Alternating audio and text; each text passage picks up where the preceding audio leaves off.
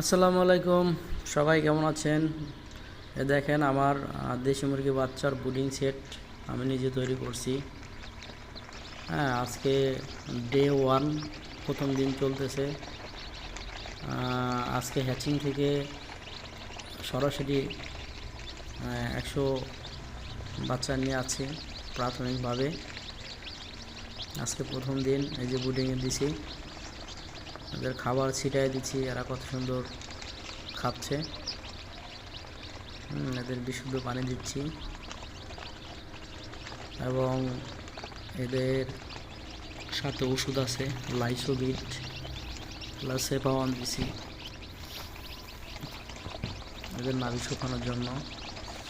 মাশাআল্লাহ, দেখেন আমার বাচ্চাগুলো কত সুস্থ সবল এবং চঞ্চল আছে। আসলে ব্রুডিংয়ে সঠিক তাপমাত্রা দিতে পারলে, যত্ন করতে পারলে বাচ্চা খুব চঞ্চল সুস্থ থাকে।